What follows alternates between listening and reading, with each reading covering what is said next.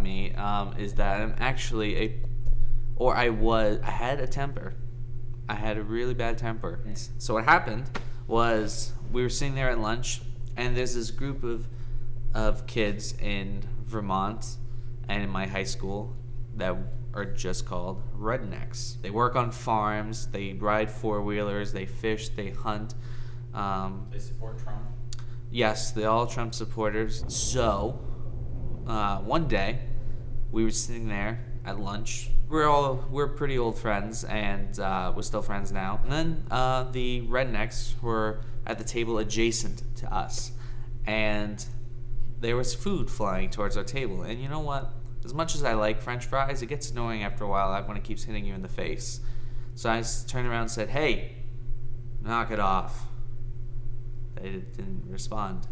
I turned around again and said, "Hey, knock it off." Didn't work. So the food came back even more ferociously.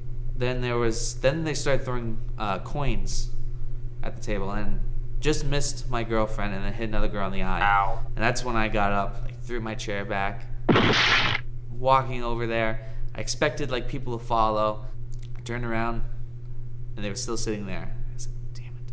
And I was like, "Look, whoever's throwing it, stop it. We're just trying to have lunch." Was one kid named Shane, fired me up even more. He walked away though, and then his brother Cole, who was a year older than me, said, "Why don't you go sit down before you get hurt?" He didn't take me that seriously. I said, "Why don't you get up and make me?"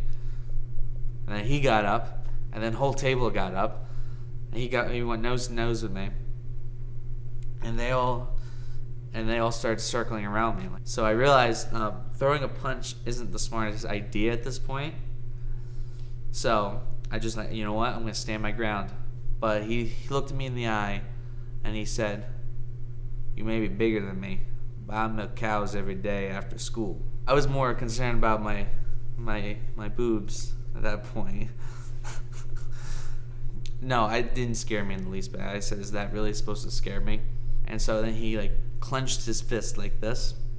He put it into my chest, and he pushed me back, and then they all started walking away, and I just bolted right back in his face, with my finger in his face. I'm like, "Don't you ever lay a hand on me again."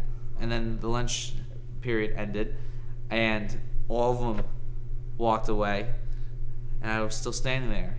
I've described this whole situation in retrospect as the redneck Cold War. There was no fighting, but a lot of us came close to firing missiles at one another.